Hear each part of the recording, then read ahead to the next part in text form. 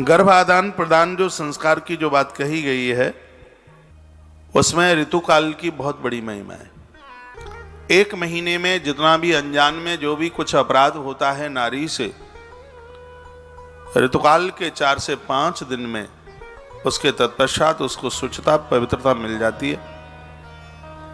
7वें दिन वह नारी इतनी पवित्र हो जाती है कि देवता उसके हाथ का अन्न खाने के लिए तरसते हैं। सजग्र समझदार नारी हैं, मेरी बात के ऊपर विश्वास करते हुए ऋतुकाल का 7वां दिवस हो, स्नान नहा धो करके वह रसोई सजाएं और भगवान का भोग लगाएं। श्रीनाथ के 56 भोग से बढ़कर के रसोई हो जाएगी। यह प्रभाव आपके घर को तीर्थ बना देगा, आनंद भर देगा। मैं कुछ गर्भकाल से पूर्व की कुछ चर्चाएं करता हूं। ऋतुमती नारी ऋतुकाल धर्म से लेकर के 16 दिन तक वह संतान को जन्म देने की अधिकारिणी होती है। 16 दिन के बाद तो वासना है, भोग है, उसमें गर्भ में संतान नहीं आती। वर्णन किया है कि ऋतुकाल का 4था दिन है। पति पत्नी के संबंध में 4थी रात्रि के संयोग से संतान तो गर्भ में आ जाएगी, लेकिन अल्पायु कभी भी मृत्यु को प्राप्त हो सकती है। 4था दिन ऋतुकाल समय में 4था दिन पति और पत्नी का संबंध, जिनके माध्यम से गर्भ में संतान आती है, पुत्र का ही जन्म होगा 4था दिन, लेकिन अल्पायु वाला होगा, कभी भी मृत्यु हो सकती है। पुत्र की प्राप्ति तो होगी, लेकिन कम उम्र वाला। एक एक बात को बहुत बारीकी से सुनना।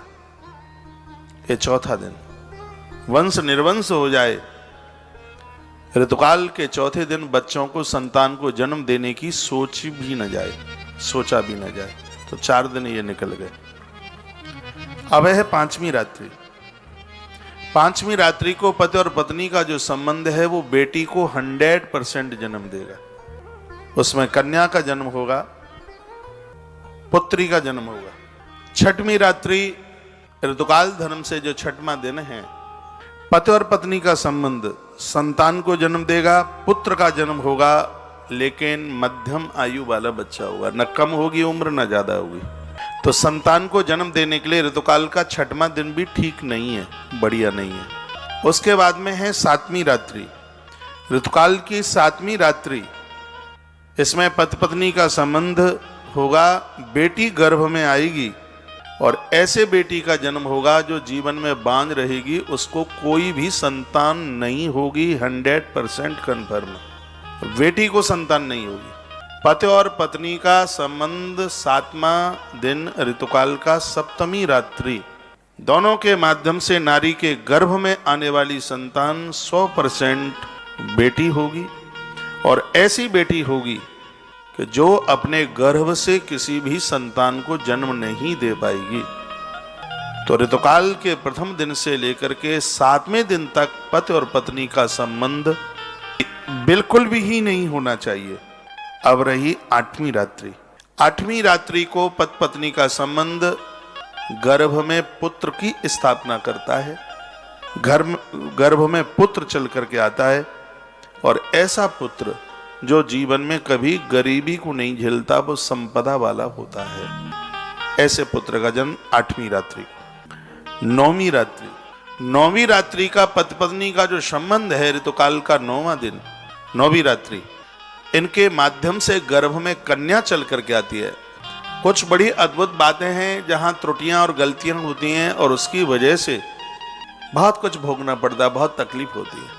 एक बेटी जन्म लेती है और उसको संतान न हो, तो लोग कहते हैं उसका दुर्भाग्य है। चलो ठीक है, उसके पुण्य कम हो सकते हैं, लेकिन इसमें माता पिता की भी एक बहुत बड़ी गलती है। 7वें दिन पति पत्नी के संयोग में गर्भ में आने वाली संतान बेटी, और ऐसी बेटी को जन्म मिले जिसको औलाद न हो, तो 7वां दिन ऐसे चला गया।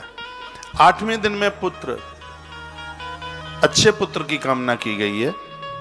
9वें दिन में बेटी, और ऐसी बेटी जिसके आगमन पर घर में धन की वृद्धि होती है और वो धनवान परिवार में जाती है, अच्छे घर में जाती है, अच्छे परिवार में जाती है।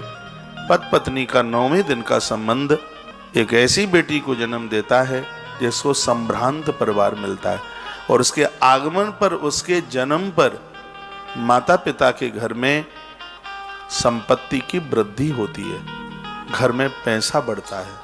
ये 9वें दिन के पति पत्नी के संबंध में जन्म होने वाली ये कन्या के उसके भविष्य की बात, उसके परिणाम की बातें कहिए। पहले तो मैं निवेदन करना चाहूंगा कि बात समझ में आ रही है?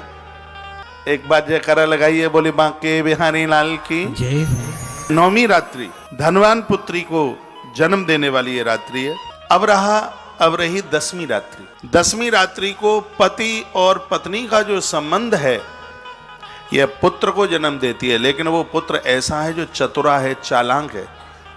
वो अपनी पत्नी और बच्चों के अलावा किसी के लिए जिंदगी ही नहीं जीता।